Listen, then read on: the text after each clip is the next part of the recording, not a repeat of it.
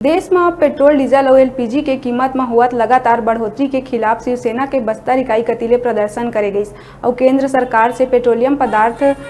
मन जीएसटी के दायरा में लाए और आम जनता ला महंगाई से राहत देहे के अपील करत हुए अनोखा अंदाज में विरोध प्रदर्शन करीन। शिवसेना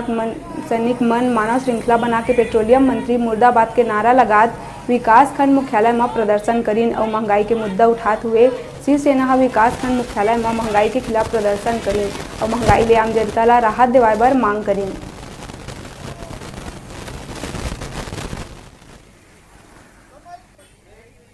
में जिस तरह से पेट्रोल, डीजल और घरेलू गैस टंकी की कीमत लगातार बढ़ रही है, उसको लेकर शिवसेना पूरे देश भर में लगातार प्रदर्शन कर रही है। छत्तीसगढ़ राज्य में भी यह हमारा शिवसेना का तीसरे चरण का प्रदर्शन है।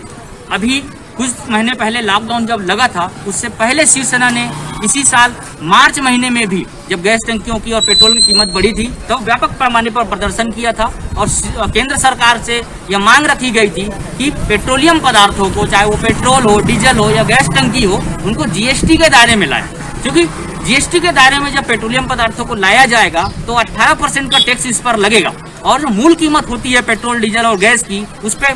उपभोक्ता को मात्र 18% का टैक्स देना पड़ेगा। बेरा है छोटे से ब्रेक लेके आप मन दिखत रहा न्यूज़ 36 छत्तीसगढ़ के आवाज।